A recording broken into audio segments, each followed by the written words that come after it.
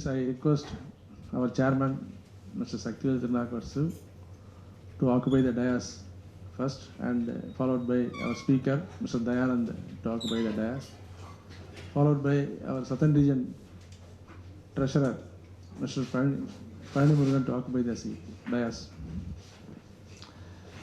So it's my immense pleasure to welcome you all for this wonderful presentation to be made by Mr. Dayanand today evening. So month on month, at the last week of every month, we are conducting such a program, having various topics on management category. So in that context, this week we are going to conduct the presentation with respect to the change management. That is a topic we have given to the trainer. I welcome the fellow foundrymen and the members from MMA for this evening program, and I request you to attend the program fully. You can raise your question at the end of the program, for which Mr. Dayanand is ready to answer all the questions. So now I request our chairman, Mr. Saktivel Tirunakvarsu, to deliver the welcome address. Thank you. Bye, Vanakkam. Thank you for a warm welcome for the MMA as well as IIF members today. We have a galaxy of people here today. So fortunate to have a national president, a past national president, Narasimhan sir, vice president of Nelcast, and the CEO of MEL. So it seems to be really clicking up well what we thought envisaged is happening now after a long time. So this is the right type of people we are expecting for this kind of program. So we have been associated with MMA, as you know, for the last 1 year, and we have been conducting every fourth Saturday is about the management program. A lot of program has been done. All our programs has been already uploaded on IIF Chennai YouTube channel. You can go and have a look through that, our online program as well as the physical program. So today we have a change management. So change is inevitable. As any species which goes through the change is lives, all others cannot. So whatever the change we have to adapt, and so the importance of change management. You've got a right author today to deliver on the subject. So once again, welcome for this program. As Vice Chairman said, we may have a question and answer session after the program, right? So once again, I welcome you all for this program. Thank you. And I ask Regional Treasurer to introduce today's speaker to the evening. Good evening, fellow foundrymen. I am privileged to introduce today's speaker, Mr. Dayanand. A seasoned leadership professional, Dayanand has 30 years of experience in building brands, leading teams, and transforming businesses in the fast-moving consumer FMCG sector, working for GlaxoSmithKline Consumer Healthcare, Reckitt, and Hindustan Unilever. With proven track record of growing businesses across multiple countries, he has held several senior roles in sales, marketing, and general management. During the last decade, he was the managing director of GlaxoSmithKline Sri Lanka's business, and subsequently their West Africa business. Most recently, he was managing director of Reckitt's West Africa business. With the 10 years of managing directorship and board membership, Dayanand brings in varied experience in driving change and in leading businesses in highly competitive environments. As a management consultant, he is passionate about business transformation and leadership development. Besides being a mentor for budding entrepreneurs, he is actively involved in coaching leaders in their professional journey. Come, let us hear what Mr. Dayanand says. I leave the floor to Mr. Dayanand, please. Thank you. Absolutely delighted to be here, and to the IIF, thank you very much for having me over. It's a pleasure. So it's almost 7, right? So I have about 1 hour roughly. So maybe by 50 minutes I'll take what to share, and we still can have 10-20 minutes of questions. Am I audible or my mic is? No. You got to use the mic because you are recording. Done. Okay. If you want hand mic, you can use it. I'm okay. I'm okay with this. When I was told that, can we hear from you something about change management? Yeah, it did take some time for me to say, because change, as you rightly said, it's so inevitable and it's so wide. It's always, happening to us. What do we speak about change? The second thing, I'm addressing a group of professionals, someone as senior as those sitting in the first row, who are possibly as much years of experience as my age. I'm 55, right? So you possibly have as much experience, right? Now, in an audience which has such a mix, I'm sure there are budding entrepreneurs, there are young professionals here. So the mix in this group is so wide, I have to think, what will I share on change? So in the Katrathu Kaimannalavu Kalladhathu Ulagamnu solra mari, I'm going to share what I have experienced in life as change. So there is nothing absolute about what I'm going to say. So feel free to disagree. Feel free to comment here, look, this could be done another way. All right? Now, I read a quotation which said, we don't see things the way they are. We see things the way we are. It's extremely useful, because when I see something, all my background, my culture, my upbringing, my experience colors that vision. So when you see something, I'm sure you see with that your own experience. So I would request you to take what I'm going to speak with that lens, all right? Now, I thought I'd put this in because there is no other word or a picture to describe such a beautiful change as what this is, right? That is not change, but Sorry? that is not change, but metamorphosis. Metamorphosis, absolutely. Yeah, it's such a wonderful growth. And I'm sure all of us through our life go through that in our own means. So when I reflected, look, I got a blank sheet saying that, look, when I look back, what was changed to me? So I took out some things out of my own life. I've spent all my years in FMCG, in these three companies. So all these three companies have different cultures. So culture, through my 3 decades, I went through a different, let's say, change in culture every few years. These are all the brands either I had the opportunity to build, to sell, to distribute, to market, to advertise. All my life has been, these are like my children. So you really groom them, you really grow them. How a consumer buys Horlicks is very different from how he or she buys Crocin, Dettol, Durex. They're so different. So they change. So every time I change my category, I have to learn how the new consumer starts buying. So again, change.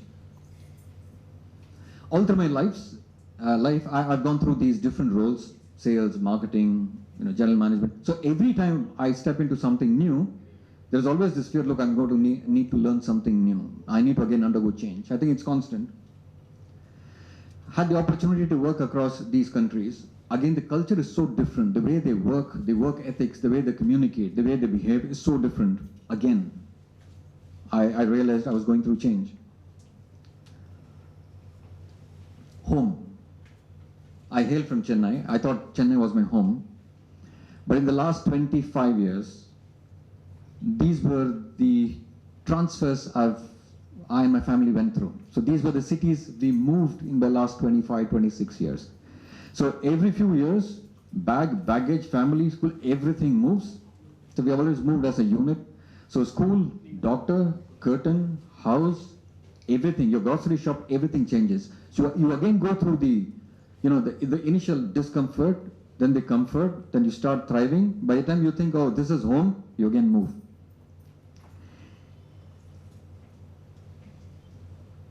So I'll go back to a short story, year 2014. So I was managing director, GSK Sri Lanka. And in GSK, what happens is, if you head a country, every 3 or 4 years, you will have to move the country. They will not leave you in one place. You need to move to another country. Now, and you need to start delivering from day one, no grace period. So we got transferred to Nigeria. We got transferred to Lagos. We didn't know what Africa was, neither the culture nor the people. So the day we landed, 2 days later, we went to the school. My son got admission there. He was in grade 6. My daughter did not. So they said, she's on wait list. You come back after 1 month. So we went to another school, temporarily got an admission. But new city, new country, 2 different schools, we were very confused. The culture there is very different. 3 months after we landed in Lagos, Nigeria got Ebola. We have heard about COVID recently, right? Before COVID, you had Ebola, which is even more contagious. Now, we were wondering, we went there in May or June, and in August was the first patient in Ebola that was identified in Nigeria. So we didn't know where did we come. You know that initial fear, right? 2 small kids, aged, 12 and 6, 12 and 7. We stabilized it. 1 year later, 2 years later, Nigeria devalued its currency. So my business went into a tailspin. So all the P&L you write, overnight just changes. So they devalued currency by 45%, which means the previous night you're making a great profit.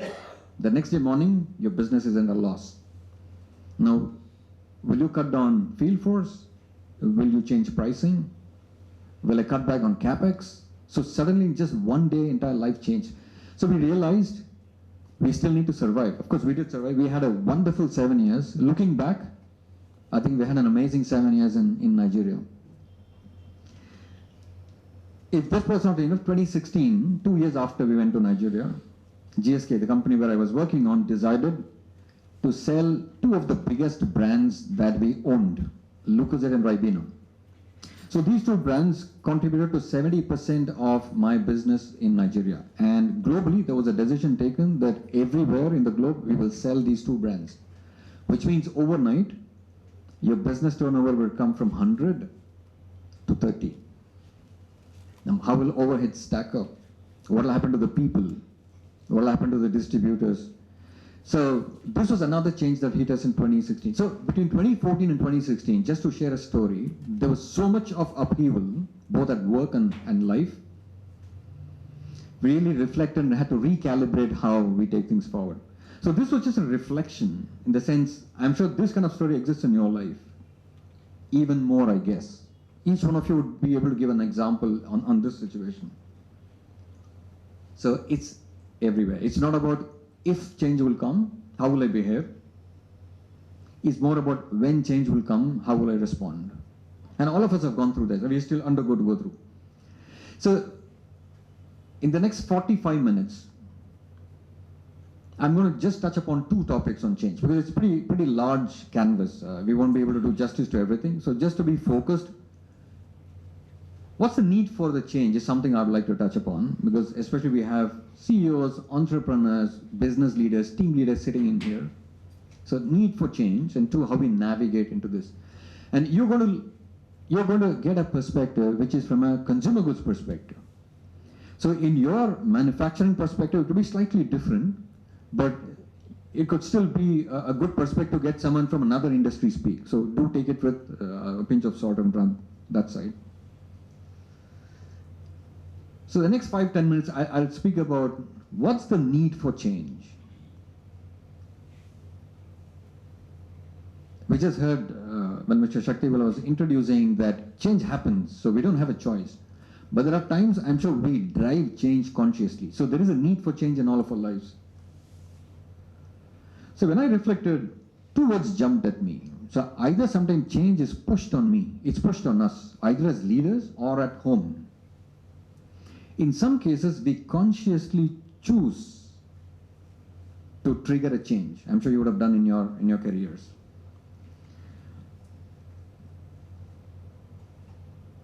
From a consumer goods perspective, these are 2 very famous brands you would have known. So there was a time when Nirma did not exist as a detergent powder. There was Surf, and there was only Surf. And Hindustan Unilever, I was working at that time. They were leaders. Surf was priced pretty premium, and they were extremely successful, very profitable. And they thought nothing can really impact that brand. Till one day, Nirma got launched, and suddenly Nirma owned the value segment, and Surf started bleeding market share. And for a company where Surf is a big brand, it's crisis. So this is an example where change was pushed on Hindustan Unilever, but the company responded brilliantly. So they launched Wheel. They left Surf where it is, they launched Wheel to fight Nirma. But this growth, what appears in one slide, the company took years to get this correct. They initially thought nothing will happen. Then they started bleeding market share. Then they decided what to do, where will I launch, how will I price it. Then came Wheel, and it almost took years for Wheel to succeed because Nirma was such a strong brand. So clear example of sometimes we just react to change. We don't anticipate. Now, why could HUL is such a huge brand? Their current turnover is 50,000 crores. That time, I'm sure there were still 5,000 crores. But why did they not anticipate? Sometimes even big companies fail to anticipate what can happen outside. So this is reactive, but this is survival. Quality-wise, Nirma was nowhere compared to. Yeah, it's a very interesting point you mentioned. So one of the things that happens, we have observed in FMCG is, let's say you are a consumer who want 100% quality at 100% price. So I want 70% quality, but at 40% price. So there are some consumers who say that's enough for me. I want 70% quality at 40% price. So Nirma found that there is a lot of people like that, and they just launched it. It was a huge success. So Nirma helped the entire detergent industry to segment the consumers. Today there's Surf Excel, right? Above that there is Surf Excel Matic. It's still premium price. There is still Surf, there is Ring, then there is Wheel. So they tired the pricing so that if there are different consumers in the market, everybody I have an offering to. So it's a very interesting point, but Nirma really opened the bottom. Nirma was considered, spoiling the clothes and all that. So Yes, yes. But still people bought. only for the brand. One for the brand, the other was cheaper. Yeah.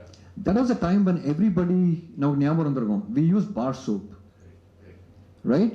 And suddenly Surf came as a detergent. You just put it in a bucket of water, you just do this. But if I'm a daily wage laborer, I also want to do a detergent, but I can't afford Surf. And my wife says, it's okay, get me this particular. So Nirma succeeded in that segment. They really took. Another thing, the advertisement was very catchy. Absolutely. Absolutely. Because it's not product, it's not for overpriced, or you didn't bother to get to the real end customer. You know, it's an interesting point. Overpriced arises when someone else underprices me. Yeah, till then, that's the price. But sir, you should have some consideration for the market, the affordability of the people. Yes, so interestingly, at that time, possibly, I don't know what happened inside HUL, but HUL would have found Surf is growing. That's another, I would say, it's another danger with growth. As long as I can see growth, I feel there is no threat. So there was a time Nokia was growing. Nokia was growing fantastically. On the other side of the globe, someone was inventing a touch phone where there was no buttons, and they never anticipated it. At that time, yes. So anticipation on technology evolution, anticipation on consumer choice. BlackBerry's, the button phone still used to be the norm. When Apple came in, they actually questioned, why do you need buttons? But at that point, buttons was it. You can't have a phone without buttons. Till someone questioned, why not? So similarly for detergents, I think HUL felt it is Surf and we are gold standard. Till someone questioned, why should it be? So here, clear example of how it was reactive. So they've survived, and they survived well. To be honest, I think HUL survived pretty well. The second one, which is other times when we create change by ourselves. I think Apple is a great example. Now, if you see Apple's story, biography of Steve Jobs, there is Apple before Steve Jobs, and there's Apple after he took over once again. He founded the company, but there was a time he was asked to leave the company, his own company.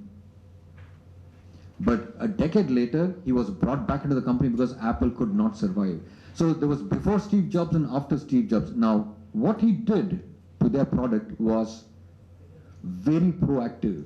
He actually questioned, why are we doing phones or computers like this? Why can't it be better? Why can't it be different? So he drove change not because he was under threat. He drove change because he felt life could be better. That's about leadership. So there's one change which is about survival. There is another change which is about leadership. Both ways we go through the same emotion, same cycle. So as leaders, you and me, this is a constant question we might have to ask ourselves. Will I wait for something to push me to change, or will I look around and decide where and when to change? So points to think as we go forward. So what's the role of a leader? You could be the leader of a business. There are CEOs in this room. Or you could just be leading a team, leading a division, leading a geography, leading a market. What's the role of a leader on change? I would say, in my experience, the role of a leader is to create that burning platform. I'm not calling platform. I'm calling burning platform, because the difference between a platform and a burning platform is sense of urgency. So if we want to really drive change, we have to instill a sense of urgency. I'm sure you would have done it in your careers. So if I'm a leader, my biggest role in a company, even when the going is good, I'm growing 23% every year for the last 3 years, I should be afraid that before something else takes away growth from me, I will have to create the next level of change. So this would be a critical thing. I'm just going to go a little bit into details. Now, how do I create the burning platform? So for me, my business is doing well. I'm growing. I'm profitable. I don't see any threats. But how, if I'm a leader, whether a CEO or a team leader, what will I do? I think I have a unique position to where I am to look at my business from these 6 lenses.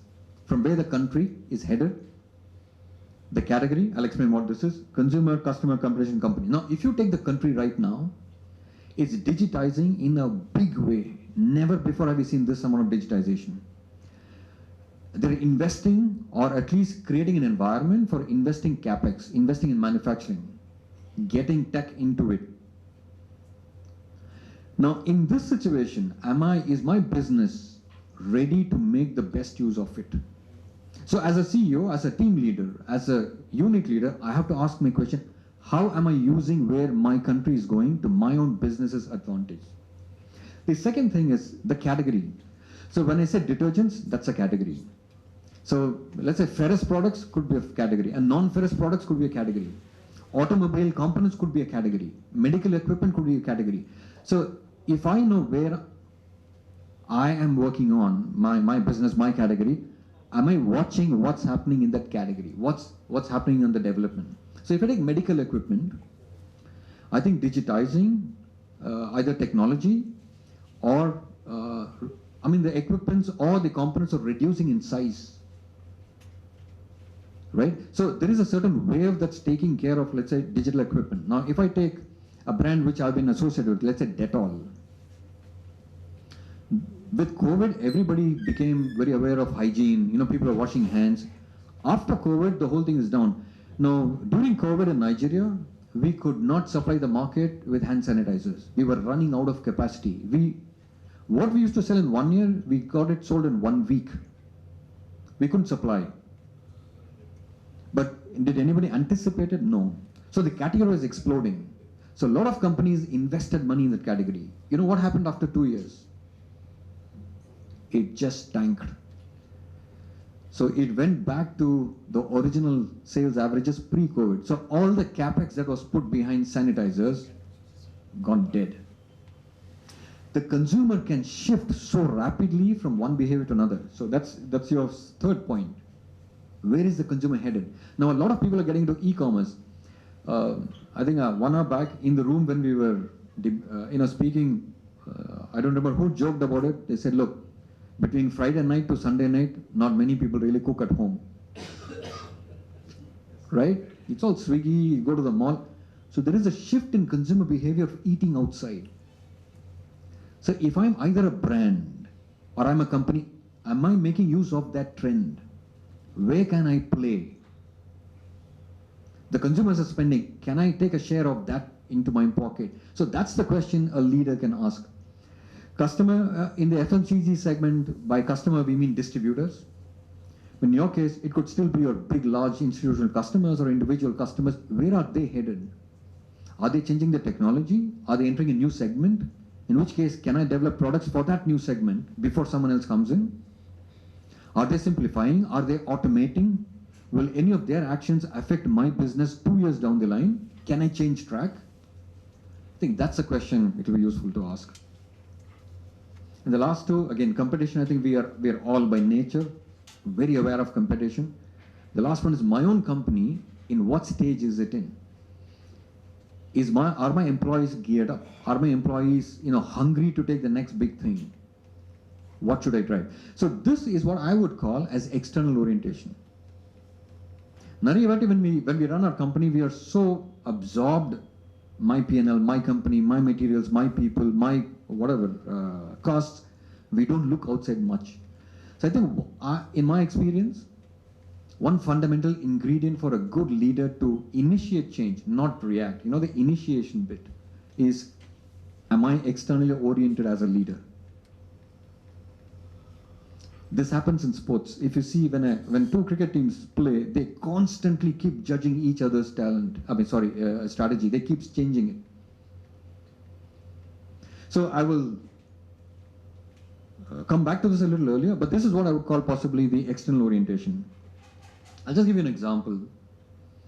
I've spent 23 years in GlaxoSmithKline. So for 23 years, I've sold this brand. In every nook and corner of India, I had the opportunity to travel, visit, understand how the consumer buys. Why do they buy? I still remember in Tindivanam bus stand, when I was doing the market work, it was May, 40 degrees Celsius. There was a husband, wife, with a 2-year-old in the hand. Both of them were not wearing any footwear, no slippers, waiting on the tar road for a bus. Their clothes were very shabby, obviously means they're not of good means. They had a 2-year-old and they had a Junior Horlicks bottle in the hand. That for me represents that brand's promise. So I can't wear slippers, I can't wear good clothes, I have a 2-year-old, I'm going to make his life the best and this brand can help me. That's the trust the consumer has on that brand. Now this brand in year 98, 99, 2000 was declining completely. It used to be called many things to many people. You would have seen the advertising. So everybody drank. So this brand was losing relevance. So we had a change in the CEO, I remember in year 2002. He was from outside India. He was an expatriate. So it was interesting, what we couldn't see from outside, he said, this brand is out of date. This brand is boring. This brand doesn't connect to anybody because you're trying to give the same thing to everybody. So the year 2002, this brand relaunched itself from being an old, my great-grandfather drank this, to they started shifting the focus to children. And for the first time, it went from the old brand to something which was contemporary. They dialed up science. They dialed up the health credentials of it. They spoke to children and mother in a much more modern way. After 2003, this brand has never looked back. Double-digit growths. So, was there an external pressure to change? No. But someone inside, the leaders saw, look, we are not getting anywhere. So, I'm going to inject change. So, he created a platform by which he said, in 1 year, if you're not turning this brand around, I think this company cannot exist in this way. So inside, everybody had that fear, we have to make this a success, otherwise, I don't know what the company will be next year. So this is a great example where a leader comes in and says, we're all comfortable, that's not good, we need to change. So I'll just pause. Out of the two topics we said we'll discuss, one was the whole need for change. Am I being forced, or every now and then will I initiate change? And if I'm the leader, can I be externally oriented? I will run my business, yes, but I can be externally oriented, just to be watching what's happening, because that's what will help me lead. That's what will help me go ahead of the curve. So I'll just pause here if there is any questions. Otherwise, we'll go to the next section, which is much larger section. How do we navigate this? If there, We see changes as changes or some disruptions. Disruptions happens, entire things is shaken. yeah, Changes can be gradual, acceptable or non-acceptable. yes, All changes does not mean positiveness. absolutely. You have a very valid point. I think the degree of change, whether it's just minor or totally disruptive, yeah, I think in everything in between, I absolutely agree. It can be anywhere. I think COVID was disruptive change. None of us understood what hit us. But I think everybody responded in their own way. In a way, humanity responded in ways it had never responded earlier. I mean, getting a vaccine out in less than 1 year, 23 years in GlaxoSmithKline. GlaxoSmithKline has a pharma business globally, which is much bigger than the consumer business. So even now, GlaxoSmithKline globally is the leaders in vaccine. They take 8 years, 10 years to develop a vaccine because it takes so much of money, time, resource, billions of dollars. But come COVID, I think the vaccines got developed in anything between 1 year to 2 years. It was just cracked. So maybe there's something about humanity's response to change that can really surprise ourselves. But I agree with you, it can be the entire spectrum. So I'll jump on to the next piece, which is how do we navigate this? So here again, I'm sure there is enough wisdom in this room which can contribute to a book that can be written on how to navigate change. Each of you have gone through that in your careers and life. So I'm going to look at this from the lens that I have seen in my last 30 years. So I looked at that from two angles. There is a hard part to it, and there's a soft aspect to it. By hard, I don't mean difficult, I don't mean it's impossible, no. Hard is the nuts and bolts thing, what I meant. Soft is the people aspect, the qualitative aspect. So those are the two differentiations.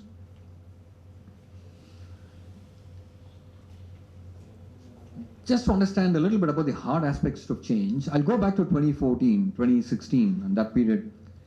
I was in Nigeria as managing director of the business. We had a vibrant business. At that point, it was roughly about $100 million an annum. We were growing very well. And globally, GSK decided that world over, wherever we have Lucozade and Ribena, these are energy drinks and fruit juices. You know, that's blackcurrant fruit juice. We are going to sell it off to another company. It was just a strategy, restructuring. So typically how multinationals work is, once they evaluate a portfolio and they take a decision globally, then there's no questions asked. It just gets rolled out. So Hong Kong, Caribbean, possibly Southeast Asia, Africa, UK. These were the markets where Lucozade and Ribena were really good stars. To give an example, idea, in UK, Lucozade will give Coke and Pepsi a strong beating. They were that strong. So today if you see English Premier League, invariably you'll see people drinking Lucozade, footballers drinking Lucozade. It's a very powerful brand. So but they decided as a part of restructuring that we will sell it off. But in Nigeria, Lucozade was 70% of my business.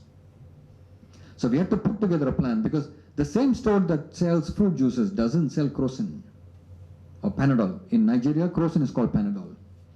And where you sell Horlicks, it doesn't sell fruit juices. So my current then distribution setup was geared towards fruit juices and little towards the other portfolio because it was just 30%.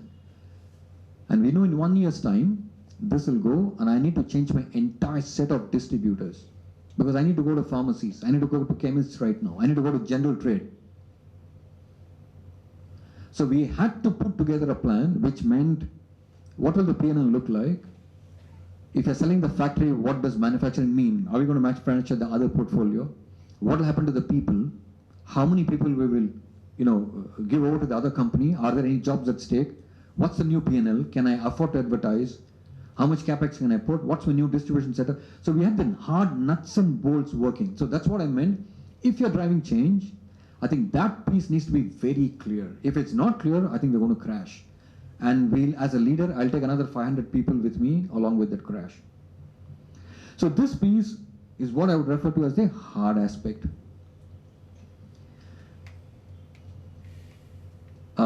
I don't want to go back to school, but I'm going to use some terminologies which is still a little academic. So if I'm the leader who's driving change, I need to be very clear on direction. Imagine I'm the ship's captain, but I don't know where I'm driving or where I'm sailing.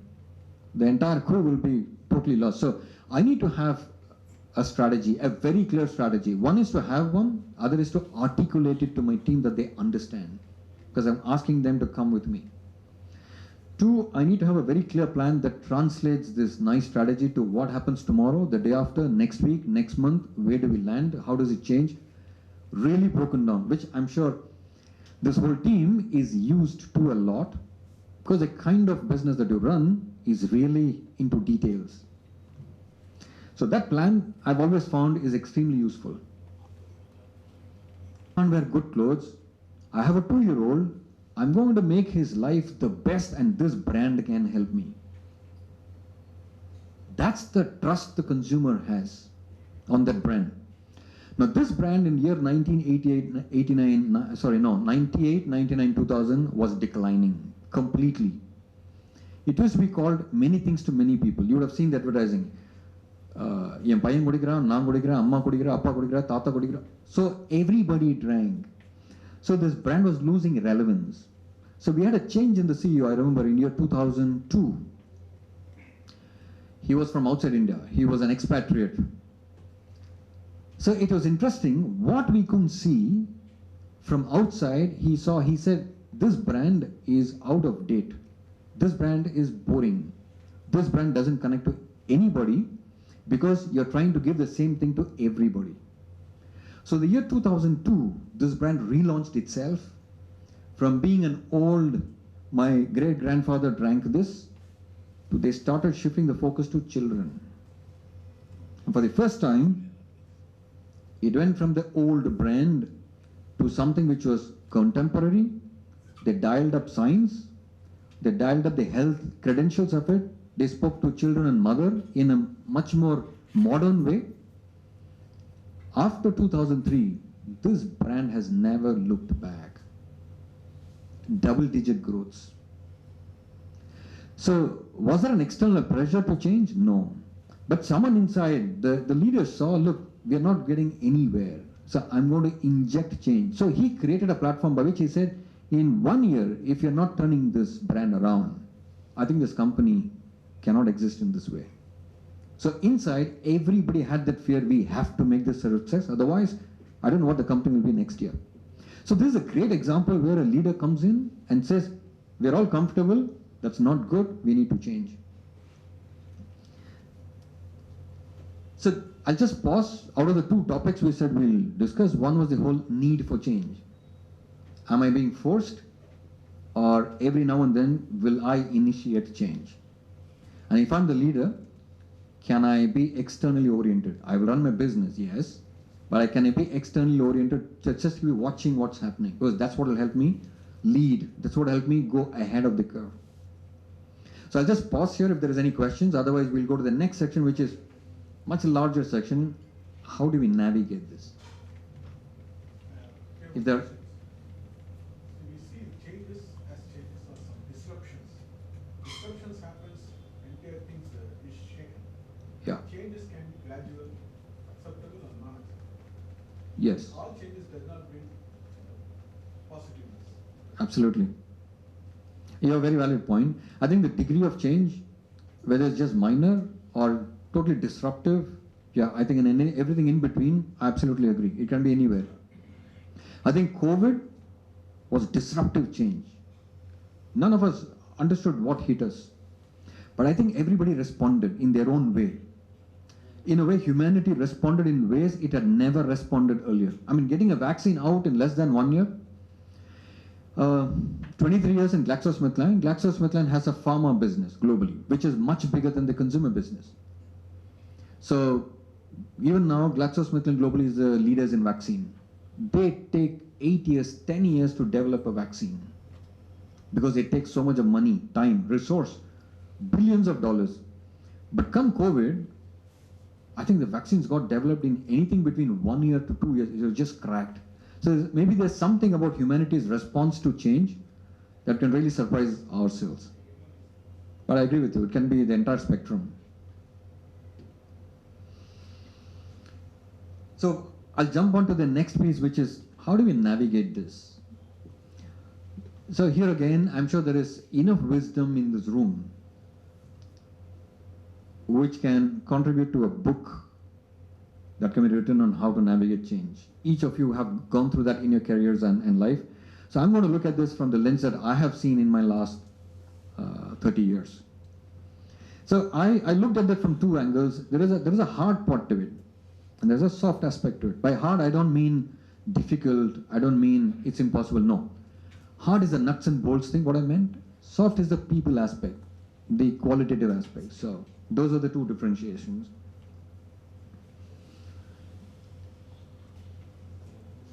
Just to understand a little bit about the hard aspects of change, I'll go back to 2014, 2016, and that period. I was in Nigeria as managing director of the business. We had a vibrant business. At that point, it was roughly about $100 million an annum.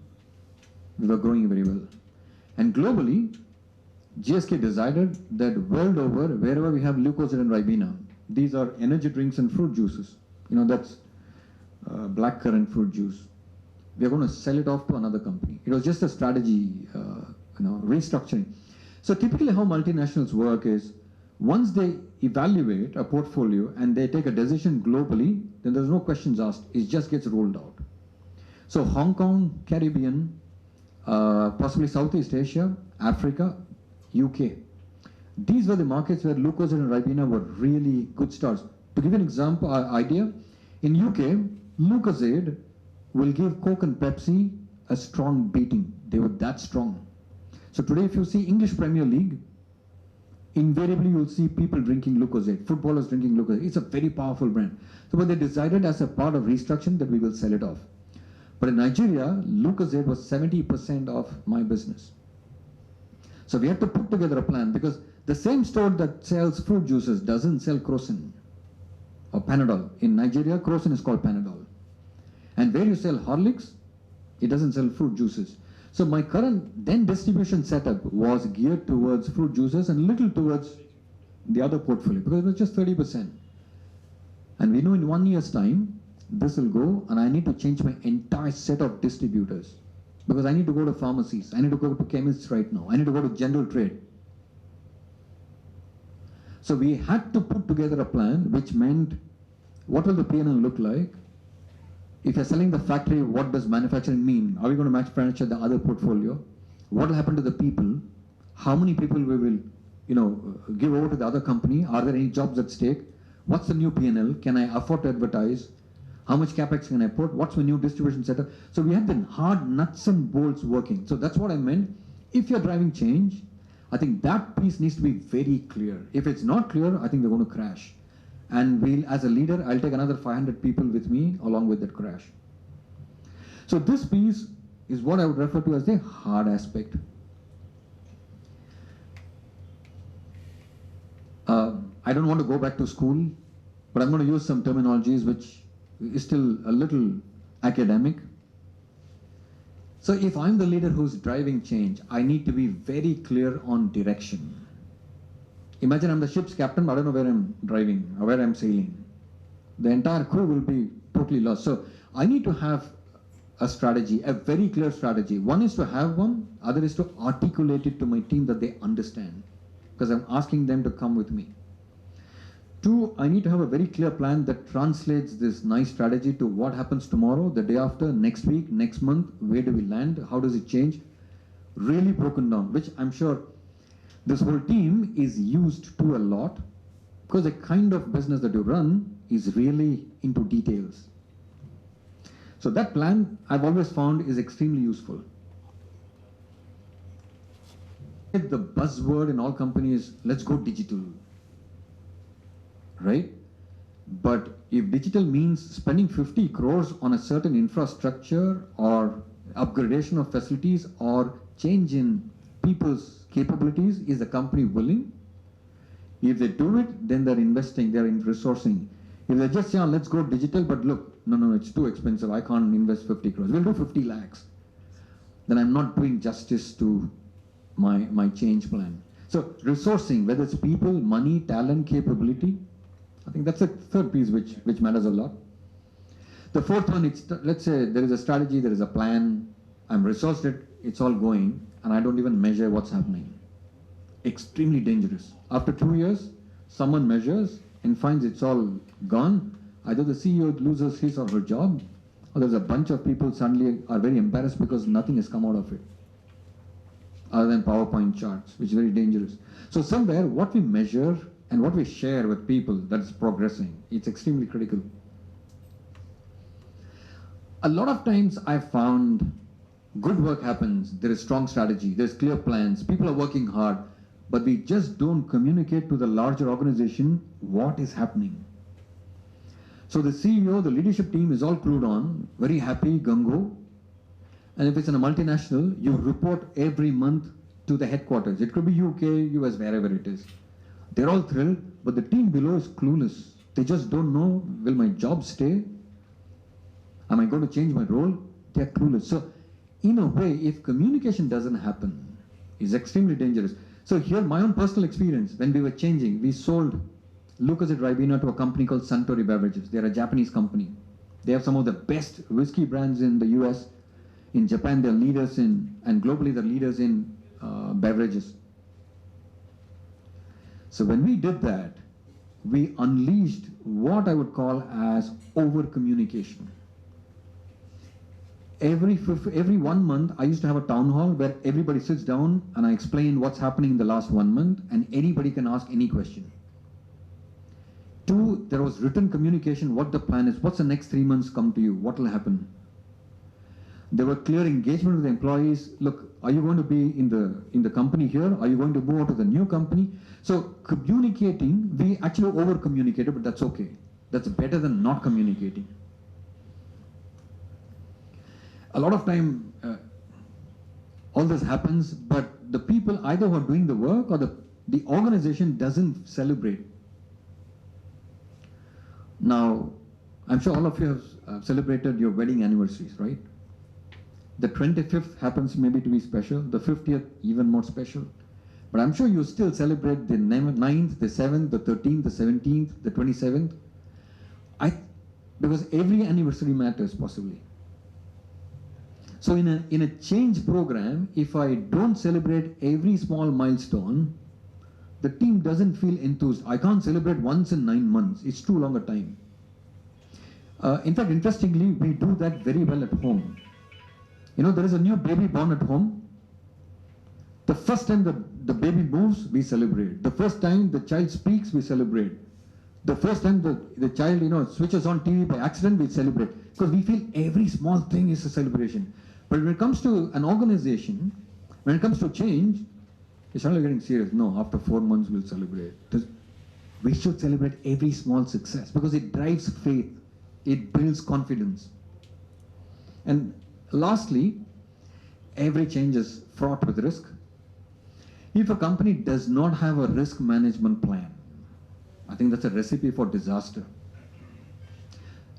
Even now, I have one of my clients who's outside Chennai. I do some transformation work for them. So whenever I raise a risk with them, the answer I get is, no, it will not happen.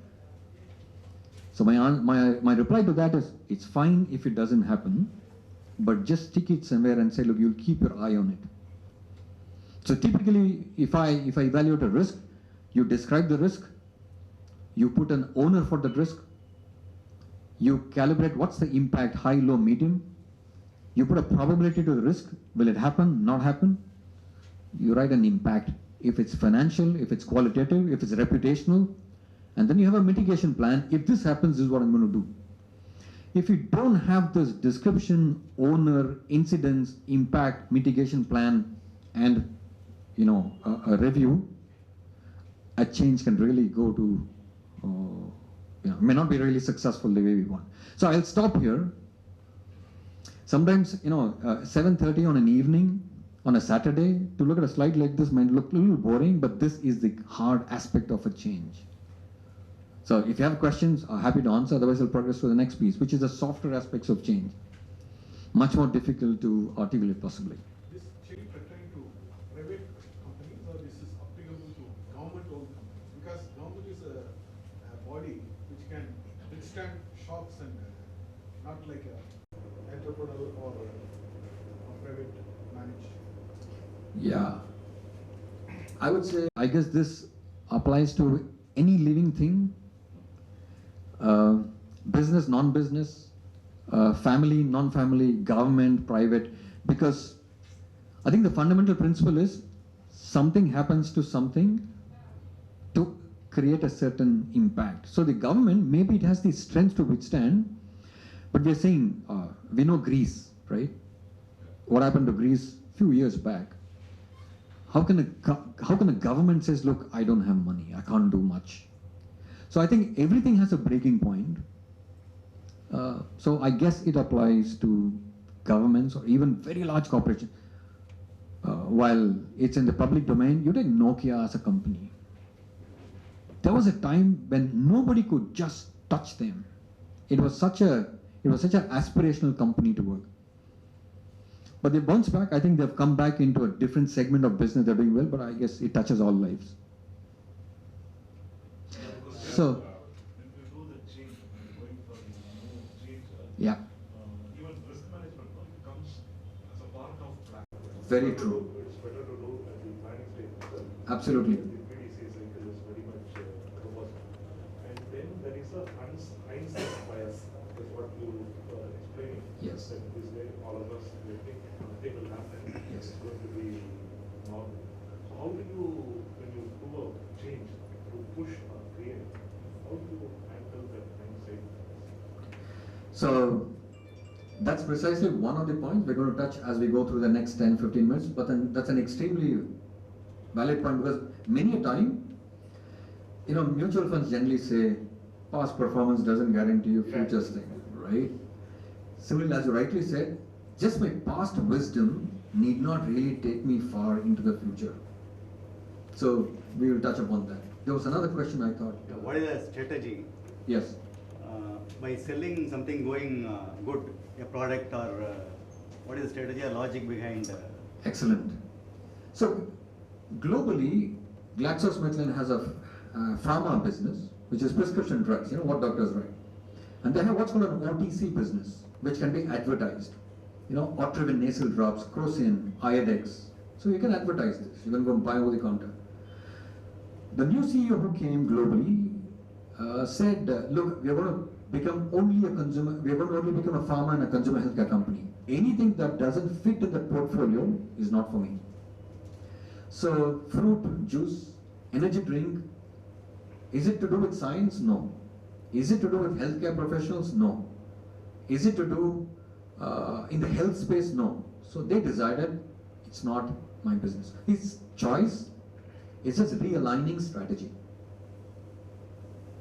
So imagine I run a restaurant. There are a lot of restaurants like that. North Indian, South Indian, Chinese, Italian, Turkish. I'll have 80 items. But I'll have only an Indian chef. So if he says, this is Turkish, I will eat this is Turkish. Because I've not been to Turkey, let's say, I'll believe him. If I do tomorrow decide, I'm going to become a South Indian restaurant. Why? Because I want to focus. I'm going to open 50 outlets. I'm going to be the #1 South Indian restaurant. So I'll stop selling Turkish, Italian, North Indian, blah, blah, blah. Why should I do it? Just choice. One of the questions all businesses should ask is, where do I want to play? That's a fundamental question any business should ask. Because if I focus, I can really do it well. So that's the answer to you. It was just a choice. It was a strategy realignment. And hence, they had to divest the brands. So to add to your point, Glaxo has got Farex baby food that was not going well after Cerelac has launched in the market. Yes. They sold to Heinz. Yes. They felt that Farex cannot be reviewed at all. So they sold it, and Heinz, it's a very big US multinational consumer product. Yeah. They had their own sauces and Yes. as you told, they felt that is not their cup of tea. So they concentrated on consumer as well as pharmaceutical products. Exactly. You know, it's interesting. Sometimes we don't know how karma plays. The reason I'm saying this is, Finally, you have come to the right time. so I'll tell you why. Glaxo, as you rightly said, had pharma, this, brands like Farex. So one day they decided, I want to be a pharma company. So they sold Farex. So all the outlier brands went. So they're very proud, pharma company. Comes year 2000, and Glaxo and SmithKline Beecham merged to form GlaxoSmithKline. SmithKline Beecham is an American international, Glaxo is a British multinational, so they merged. So this is few years after they sold Farex. Yes. And what did SmithKline Beecham have in India? They have Horlicks. They had Horlicks, Boost, Junior. So what Glaxo thought they have sold, it came even bigger through SmithKline Beecham. So that's what I meant by karma. Sometimes, they thought they were in a certain direction, but life took them in another direction. Yeah. Here also the karma plays, porters like overnight, over the years, they have really become poor because of trolley. Absolutely. Where is it also karma? So, I'm not an expert in karma, other than the ones I experience.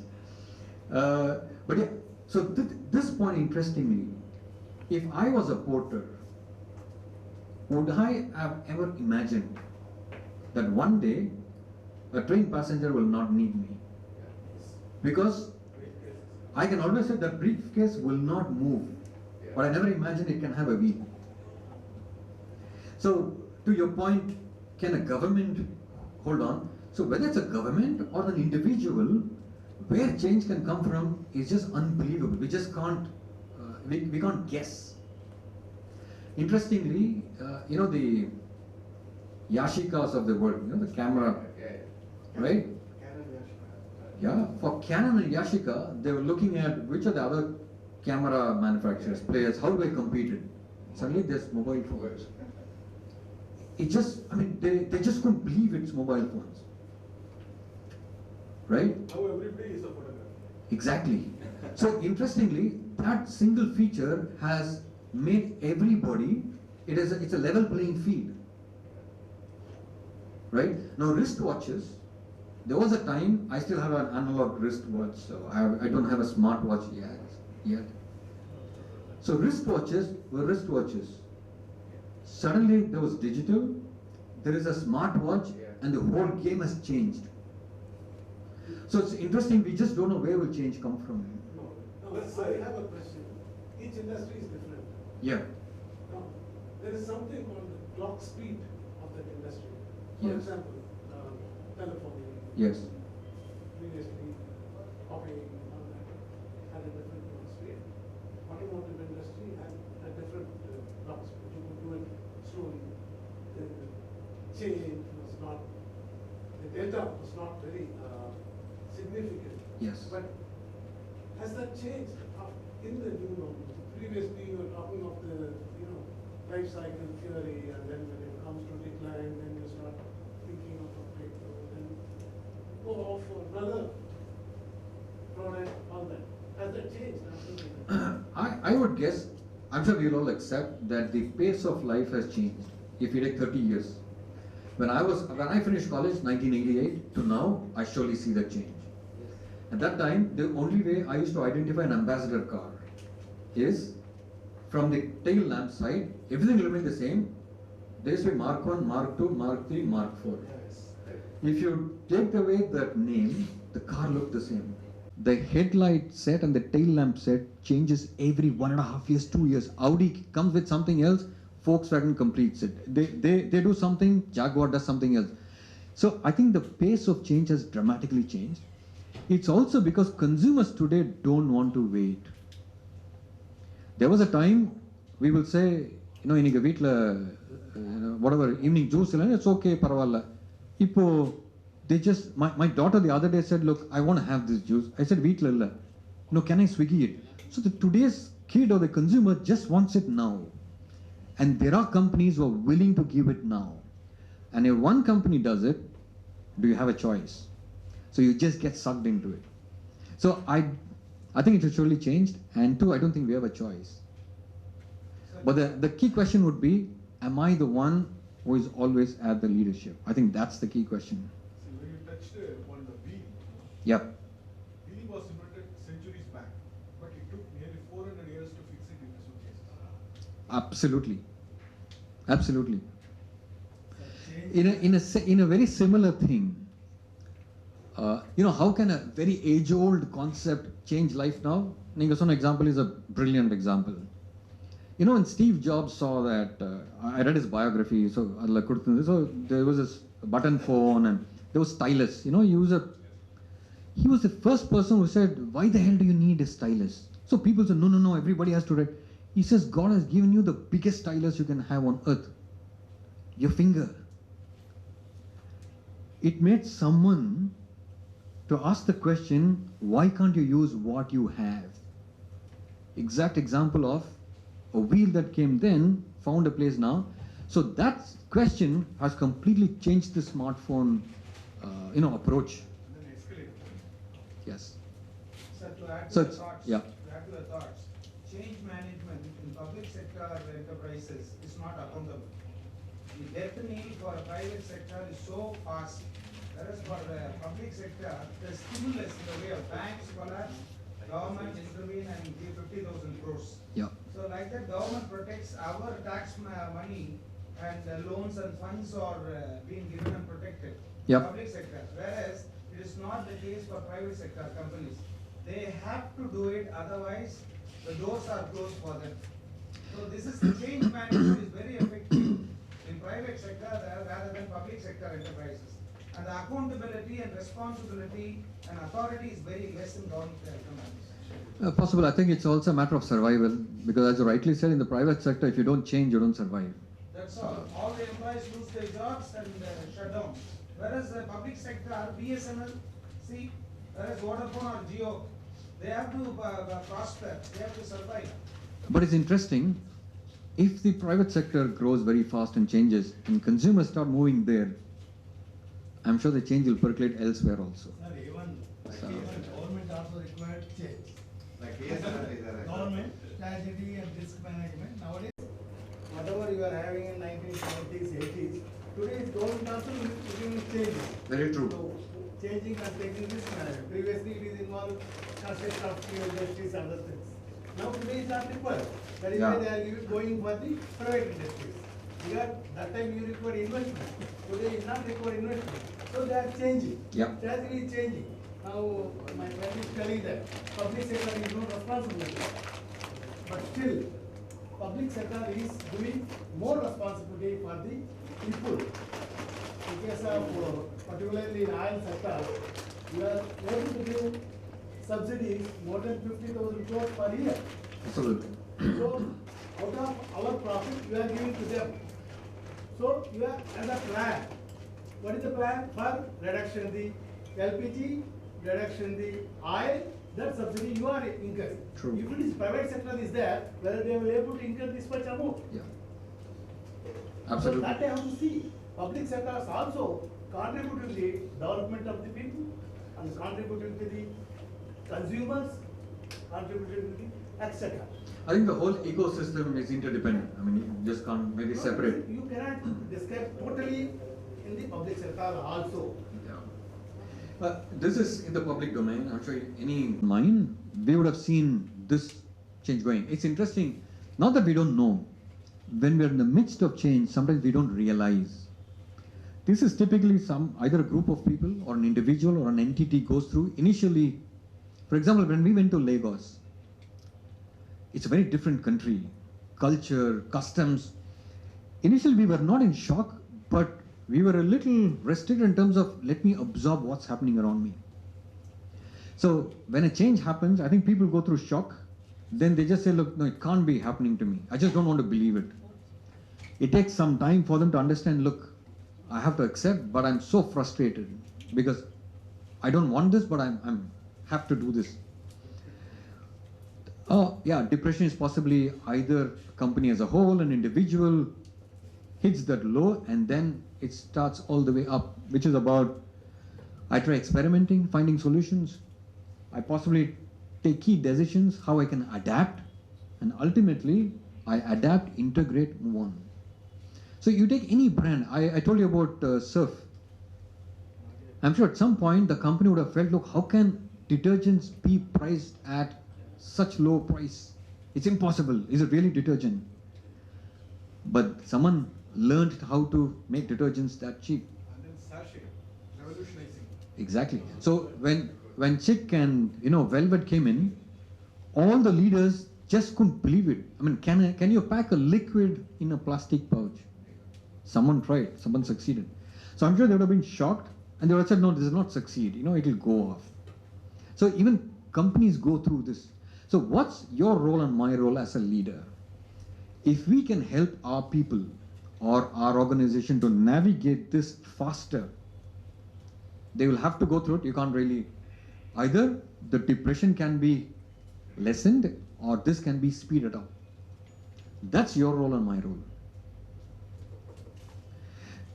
If you take one step ahead,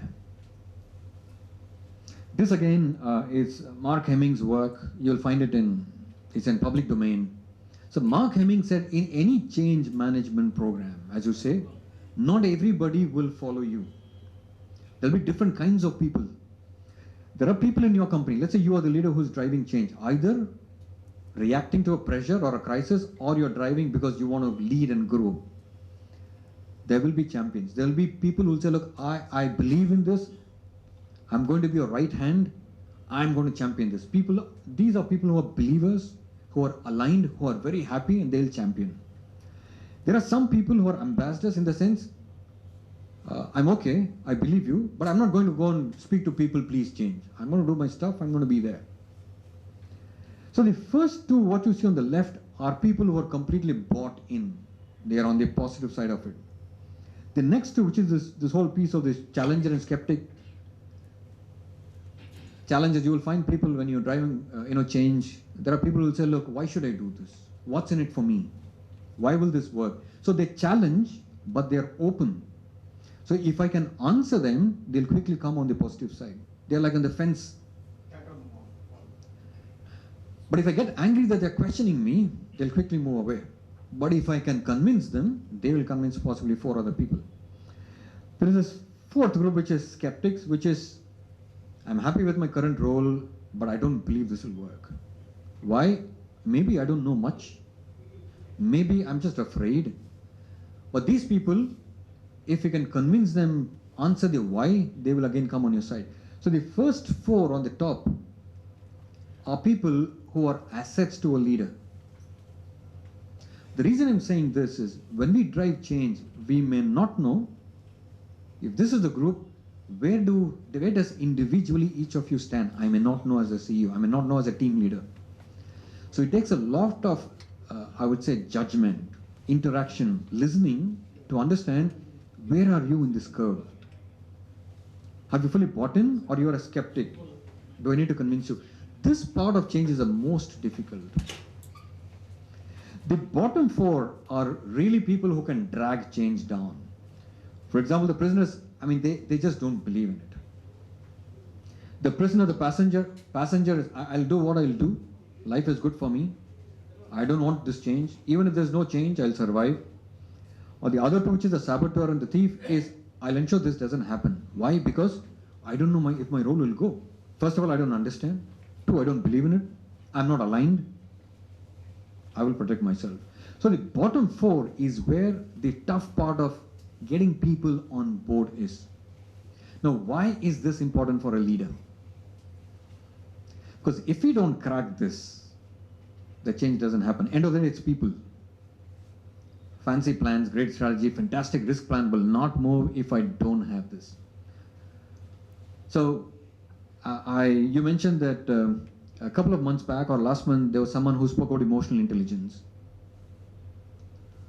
There is tremendous amount of emotional intelligence that all of us require, in this case, to judge people.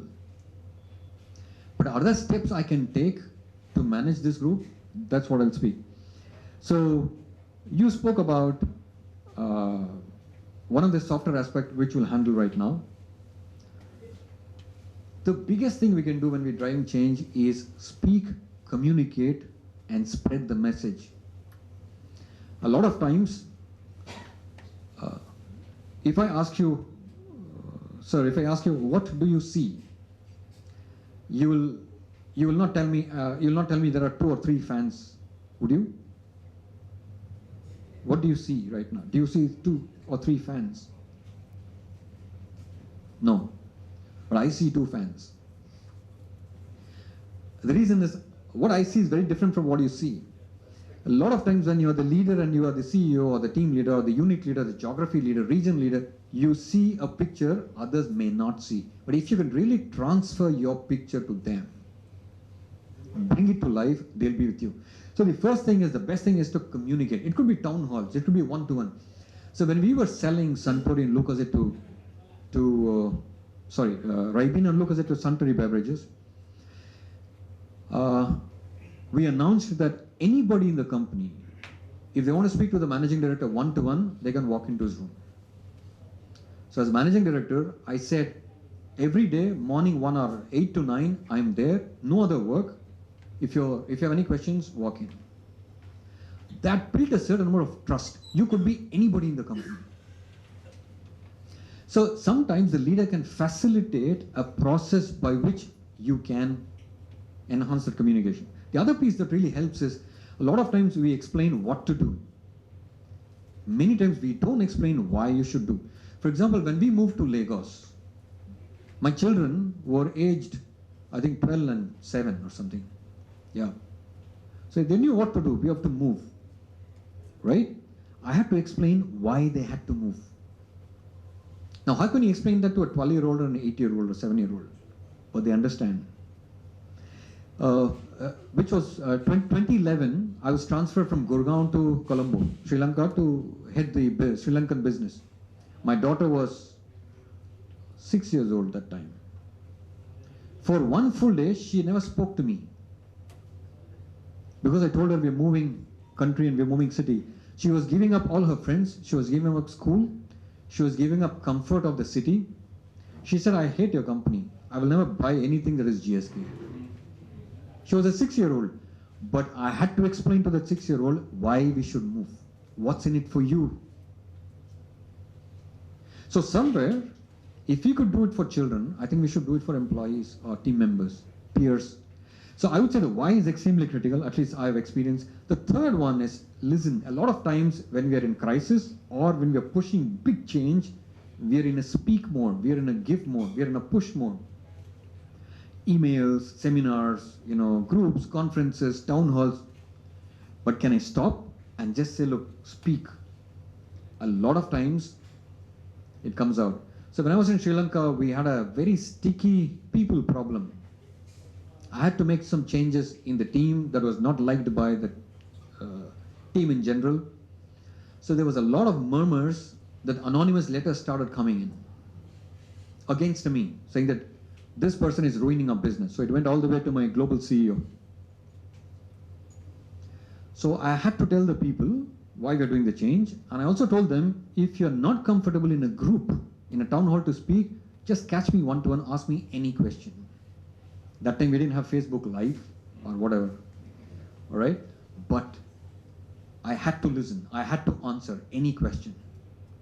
So this, I would say, I found that very useful, listening. I also found in an organization, I'm sure you know it better, there are some very informal networks.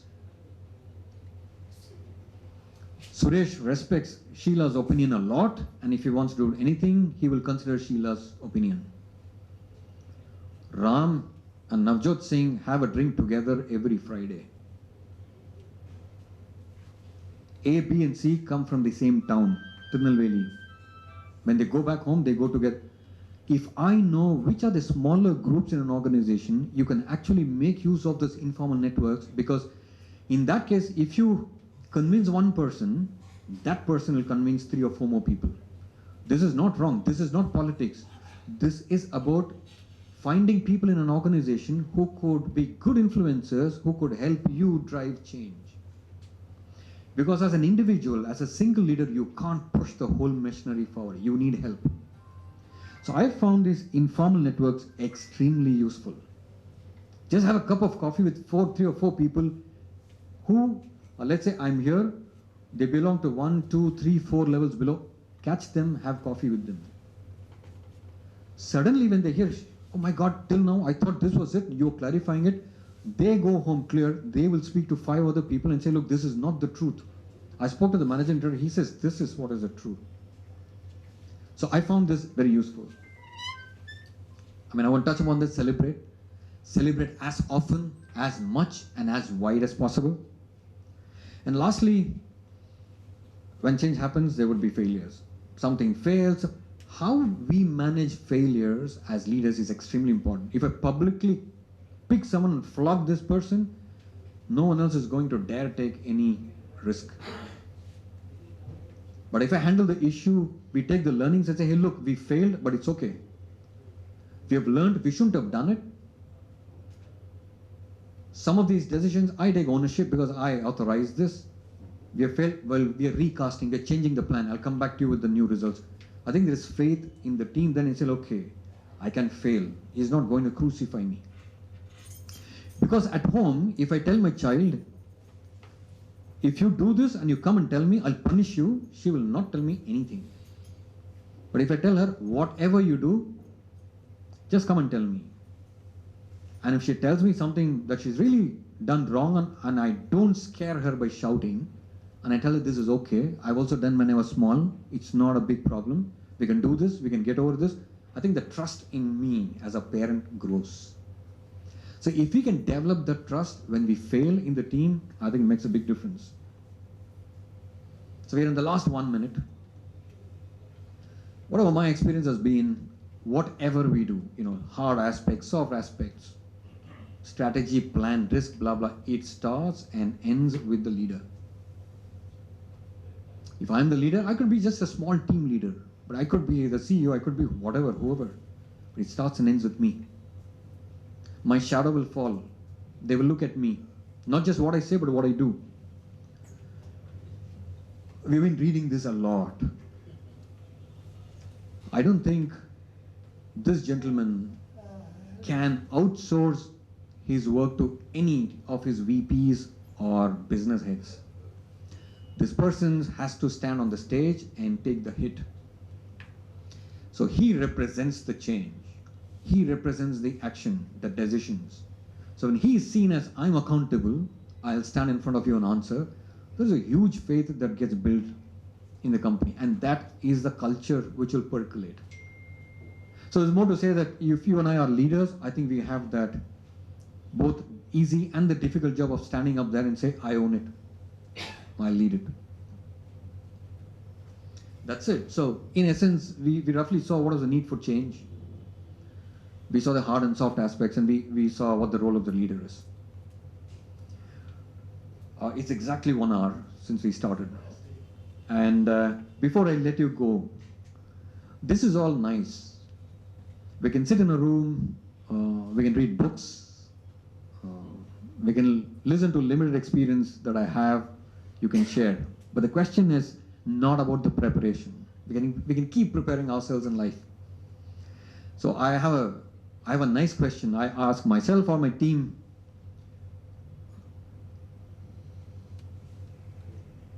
you're prepared, but are you ready? There's a subtle difference between these two statements.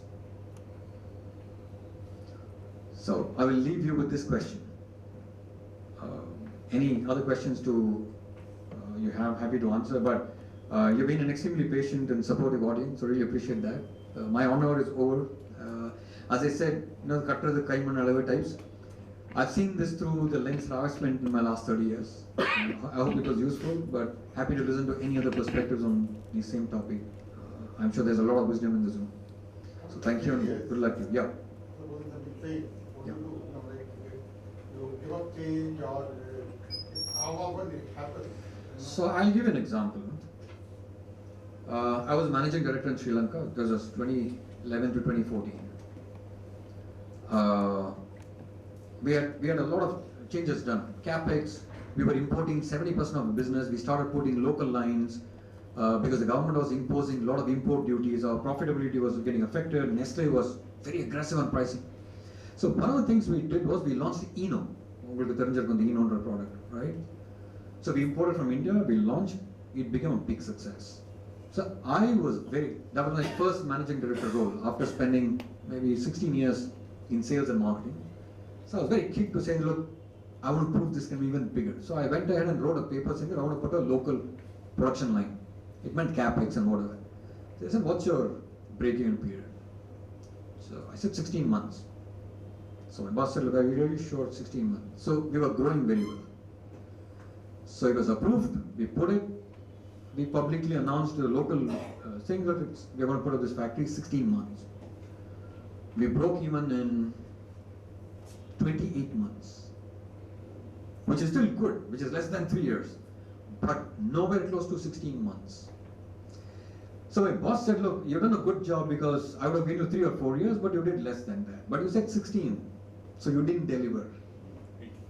It's as plain as that. No grace marks for good handwriting, stuff like that. So I went up in the town hall, year end we have a town hall, I said, look, I think we misjudged. The growth at which we were growing, I thought our volumes will pick up, did not pick up. So I said, I was the one who incurred it, so I take responsibility, but we have still done it much better than the 3 or 4 years benchmark. But I had to acknowledge and not cover up because everybody knew. So one way is to bring it out into the open, acknowledge that to fail is normal. Is there a plus side to it? So the next time we do it, we said we will look at the worst case scenario and a best case scenario and then project it and say here is what it is, so that we have a risk managed. So to summarize it, to acknowledge it, to not go and flog someone, but to say here are the learnings and move on, I think could help people to say, look, let's experiment once again. But that's what happened in my own life, so I can relate to it. Not all have got the fortune of you. Most of them will be sacked if they are failed. You did have the background. Your boss have understood you, your company has understood you that you are doing the right steps. So they understood that you will do better in the coming months. But most of the employees, once they fail, that's all. End of the road. So interesting point. So my boss showed me. Boss has believed you. Yes. One, he believed me. Two, he also showed me how would you handle failure. By showing him how he handled failure with me. Now, had I had a different boss, Yes. and said, look, nice knowing you, it would have been a different thing. So this is the way I would say company cultures are built. There's no culture book. I'm sure they see what happens and they imbibe. So yours is a great point, because for me it was an example as what my superior did to me, and I should say, look, I should now percolate it. Well, yeah, maybe I was fortunate for sure, yes. Yes, absolutely. I was with GSK for another 8 years after that. Of course, put on more production lines, but yes, but learned from it. But we failed in, but succeeded in other products. So we succeeded in Sensodyne. We went from 0 to 5% in 2 years. IDEX was a great hit. Yeah, we did have other successes. Yeah. Coming to resources, Yeah. that is a very crucial matter, particularly for some companies can afford, some can't afford. Yes. So how can the second category, those who can't afford, address it? That they give up and then merge or what? Is that? I guess resources could be multiple. It could be money. It could be just access to either wisdom, technology, whatever. It could be people. It could be so many things. It could be any other resource. I think the challenge will come, how much of a debate, there will come a point where we have to take a call. Either if it's money I borrow, or as you rightly said, sometimes companies merge because they realize they don't have the resources to manage it. So that hard call is, either we give ourselves a timeline and say, by this time I want to take that call. And I still have the choice, I won't go ahead. So I don't think there is a formula in my whatever experience, but the choices are there. So it's for me to choose. That's never easy. I got two questions. Sure. This is regarding your daily routine. Since you are the sales and marketing hectic, how would be your daily routine from starting from morning to night? One question. how do you manage your stress? Okay. Definitely stress would be there for sales and marketing for executives. Sure. I am an academician, I am a professor in a college. I don't have that kind of a stress. But being a traveling and away from the family and looking after the sales, targets and many things, and you keep constantly communicating through mobile phones and all. So how do you manage your stress? How do you unwind yourself? Good question. If I look back, we are governed by quarters. Every quarter we have to hit the number. So I've spent, in all my 30 years of 28 years of career, last 2 years I've been on my own. In my 28 years, it's 112 quarters of hitting numbers. That's what I've done in my life. 28 years, 4 quarters a year, you have to hit numbers. No questions asked. Transport strike, flood. So that pressure is there. Now, how do I handle it? Okay, you asked me for my routine. So I'll come to the routine after I speak to how I handle it. I think stress is a response to what happens to me. I can choose either to let go or to internalize it. And I've learned the hard way. When I was young, in 2002, I moved to the Western region as regional head, one of the youngest regional managers in GSK. So I used to travel 22 days a month. My son was 3 years old, never saw him grow up that time. Sales, and it's FMCG, so every day we track sales. So that was the time I developed allergies on my hand. So I put some cream. Finally, the doctor said, the problem is not your fingers, the problem is you're not sleeping, your lifestyle is messed up, so either you quit the job or you change your lifestyle. And my son was just 2, my daughter was not yet born. So for me, it was a wake-up call that I had to change my life. So I changed my routine. I'm an early riser. There's nothing right or wrong about it. At least by 5:30 I'm up. I go to bed by 10:30. In between, early in the morning I at least spend an hour meditating. In the evening, an hour meditating. That for me is the biggest shock absorber. For different people, it's different things. I know a friend of mine who plays squash every day for 1 hour. I know a bank professional in Sri Lanka when we did, every day he plays golf for 3 hours. He goes at 5, plays till 8. So for different people, there is a steam valve that you let go. For me, it was meditation. For me, it was also children. So when kids were growing up, some of the questions they ask, you just feel, yeah, there is life in this question, right? I remember at one point, my daughter came with a 500 rupee note. So she said, look, Tata gave me this. I said, good, keep it. So she said, she was 5 years old. She said, is 500 rupees a lot of money? So it was delightful because for a child, even that 500 rupees cannot be measured. So sometimes interacting with children releases stress. So in summary, I'm quite disciplined whether it comes to food, to sleep, or mental health. I learned the hard way because I used to sleep 3 hours a day in my early days of GSK. I realized it doesn't work.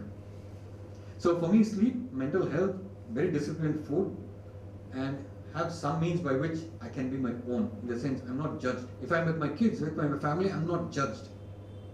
Do you have any regrets in your career or in your life?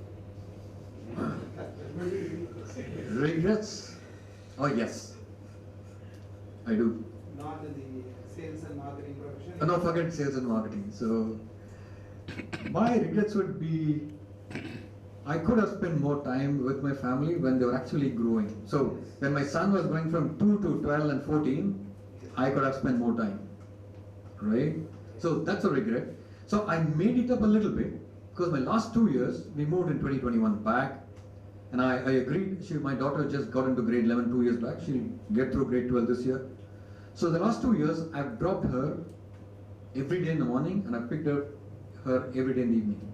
Because I was consulting, it gave me the freedom, and some of the conversations we have had in the time we drove was energizing. You came out of the company and started on your own. So after 29, 30 years, we realized, I said, look, I don't want to do it 24/7, but I'll consult because it gives me time to do a few other things I was always passionate about. And the school drop and school pickup, that time was invaluable. Some of the conversations, it could be mundane, anything, but that was energizing. So what I could do with my son, I could do with my daughter. Okay, sir, any other proceed for the questions during the dinner time, right? It's the right time to felicitate. I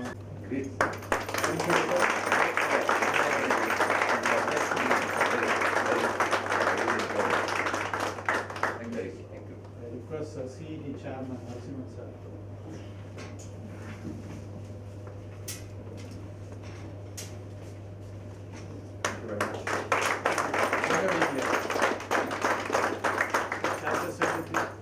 Very good evening, gentlemen.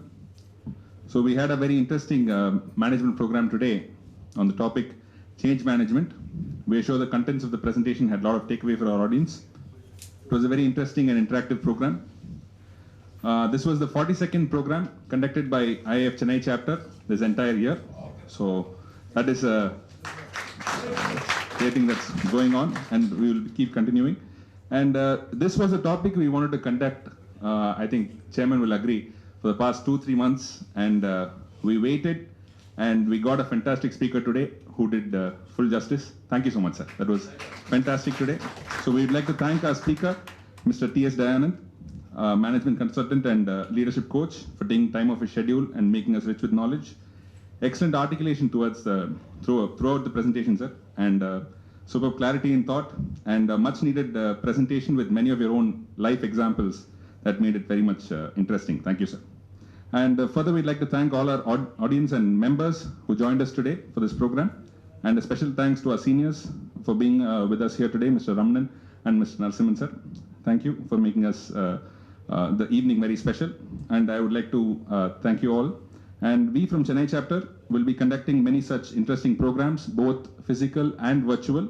And we'll be sharing information with you soon. Further, I'd like to take this opportunity to keep you all informed about our very active and updated IIF Chennai chapter YouTube channel, which has more than 50 plus content, that is videos with latest technology, management programs, and many more. Requesting you all to please look us up on YouTube. Just type IIF Chennai chapter, and you'll be there on our page, and you can support us by subscribing, and I'm sure you will be benefited by the content we upload every week. So thank you everyone once again. So looking forward to seeing you all in upcoming programs. Now we can join for dinner, which will be served in the adjacent hall. We can pick it up and we can have the food here. Thank you so much.